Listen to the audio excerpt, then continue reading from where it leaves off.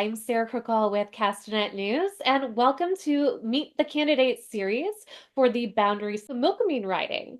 I'm here virtually with NDP candidate Roly Russell. Thanks for joining me, Roly. It's a pleasure to be here, Sarah. Thanks for doing this. Of course. Why don't we start off? Can you give me about a 50-second introduction on who is Roly Russell?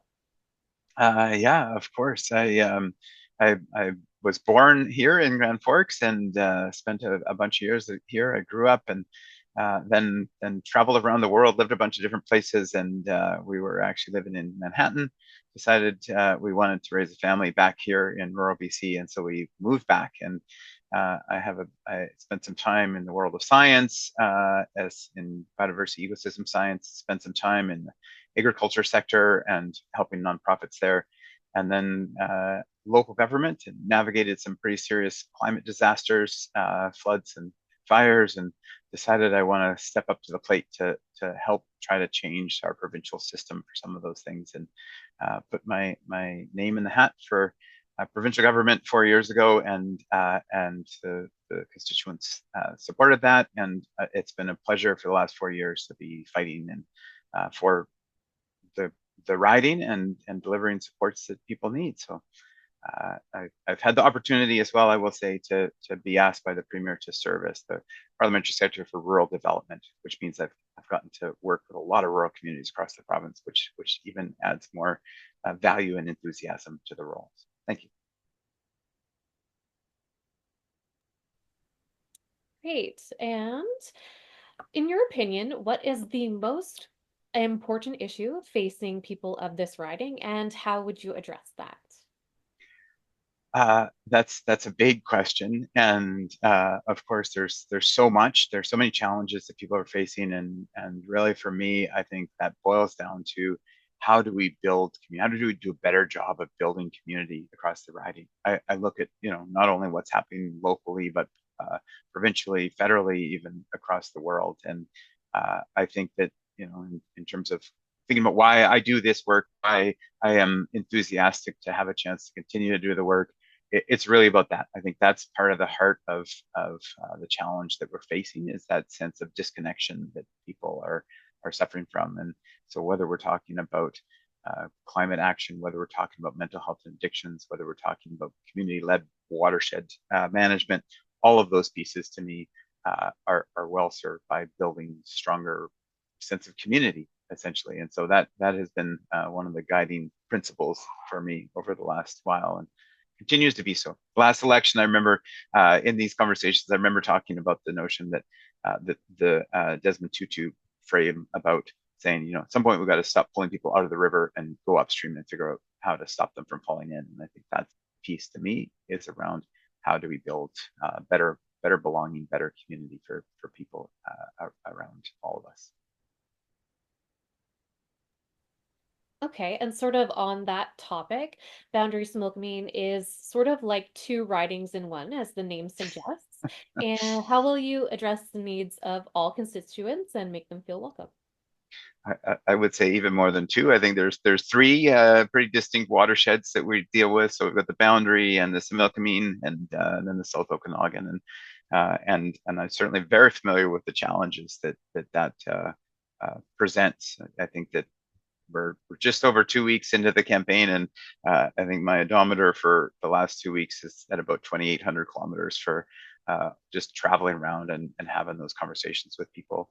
I think again, it's about how do we advocate, how do we work with communities, how do we leverage the machinery of government to help support communities do what often they know how to do best, and so it's whether it's healthcare and SOGH doctors at the hospital saying we need a different payment model in order to continue to recruit and retain our physicians. They asked for that, we delivered it. The nurses there saying, we need some rural retention and recruitment incentives. They asked for that, we delivered it. Helping Princeton after the floods of 2021, it's really that model of how do we support community-led decision making and lean into those challenges that we're all facing, but working with community to make sure they're helping advise us in terms of provincial government what they need, the role of the MLA, certainly the role that I felt like I have taken for the last 4 years, has been working as hard as I can to make sure that we can deliver those supports for those people, and in a way, again, that they know best how to do. Yes, and so the NDP, as you know, has held power for the last term, where the province has seen those issues that you just mentioned, including affordability, housing issues, numbers rise in overdose deaths, and an apparent lack of healthcare access. How can voters be confident that you will address these issues moving forward when some feel that it hasn't been done yet? Great question, and again, there are so many overlapping challenges right now, right? I mean, when I was in university, I remember we would have a contest to see, how much you could come back from the grocery store with for $25, and now it feels like I leave the grocery store with a grocery bag and it's $100 and there's hardly anything in it. Those kinds of struggles are very real. Access to healthcare, like you mentioned, I think it comes back again to investing in people, right? And part of it, I don't come into this work I didn't come into this work from a very partisan place, and I think that trying to kind of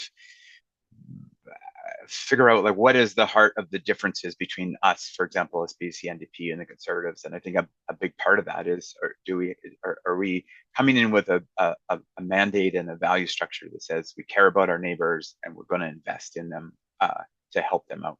And so again, I would say look at healthcare, and it's been a huge struggle. It's been ignored by previous governments, even though we've known this challenge was on the horizon.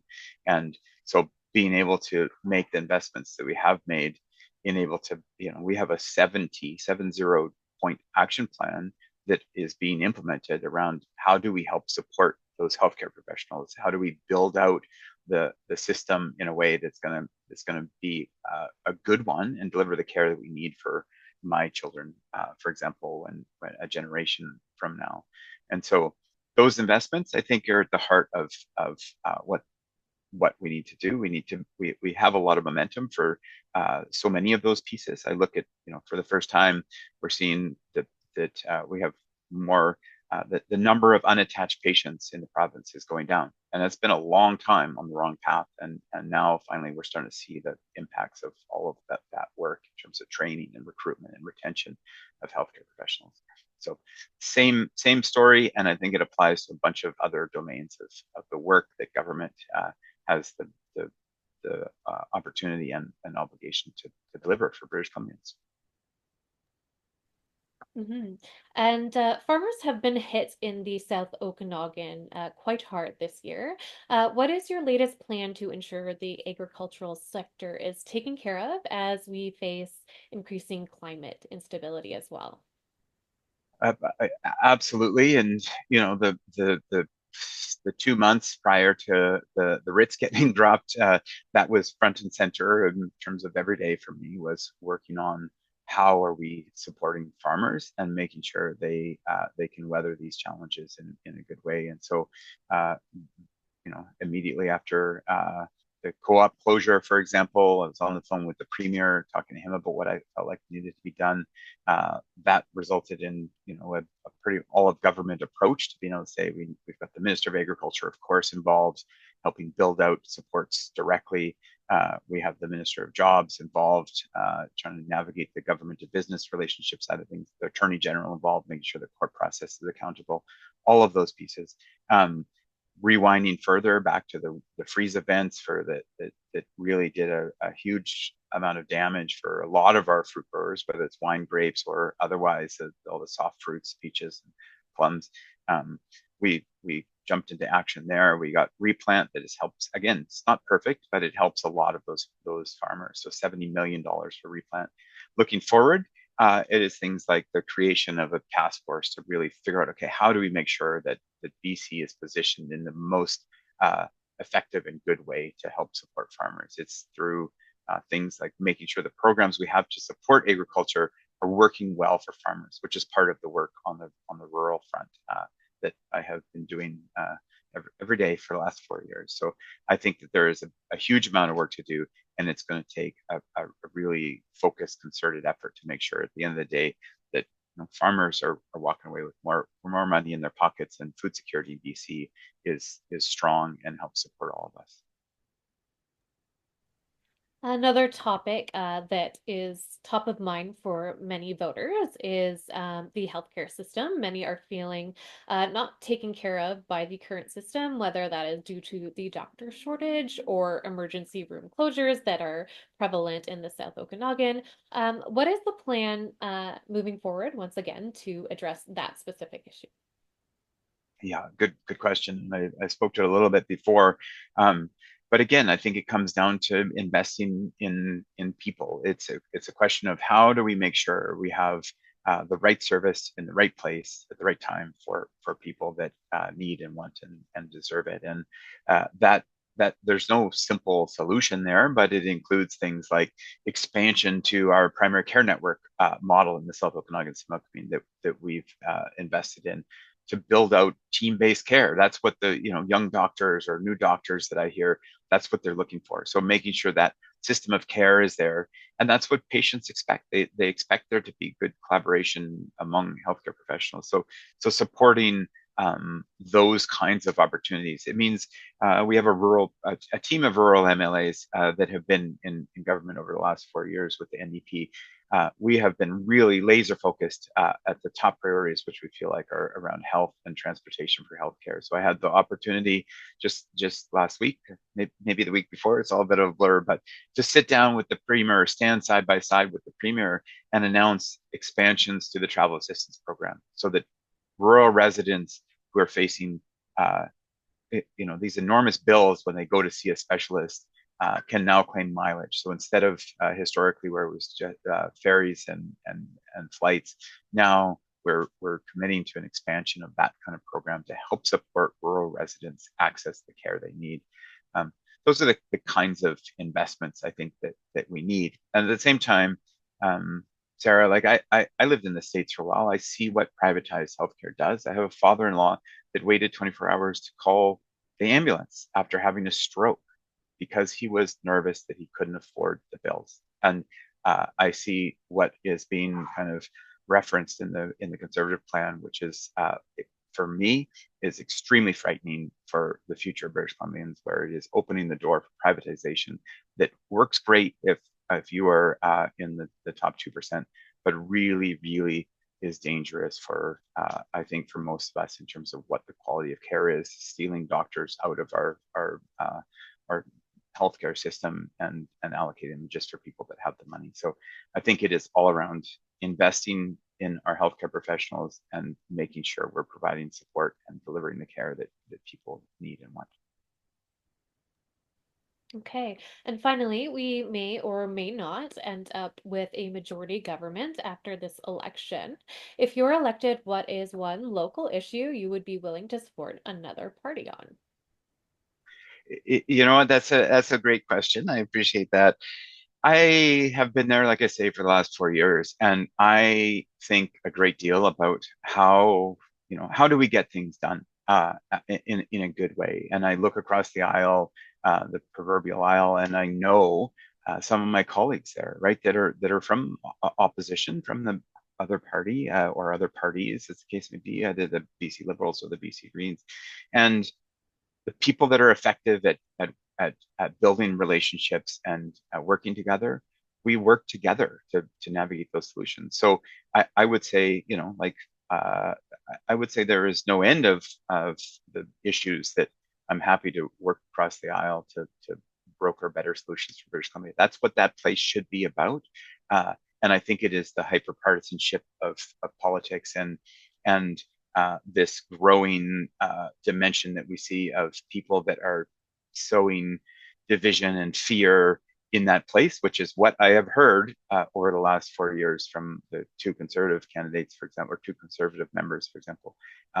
That doesn't build good relationships, and it doesn't build a space for collaborative work to make better solutions for BC. So my answer would be pretty much anything if the people that are coming to the table to do that are open-minded and keen to work together for the better of, of, of BC. Okay. And a quick one sentence. Do you have any concluding remarks you'd like to add? No, I guess I appreciate the opportunity to do interviews like this. I think it is really important for the voters to understand what candidates stand for themselves, what their parties stand for. And so thank you, Sarah, for making the structure to be able to have these interviews. And my plea to voters would be take 10 minutes, take 20 minutes, and do the legwork, do the research to figure out what we all stand for, and then please get out and vote. Okay, thank you very much for joining us, Roly. Click to Castanet for more information on candidates and their interviews leading up to the provincial election, October 19th. For Castanet News, I'm Sarah Kirkall.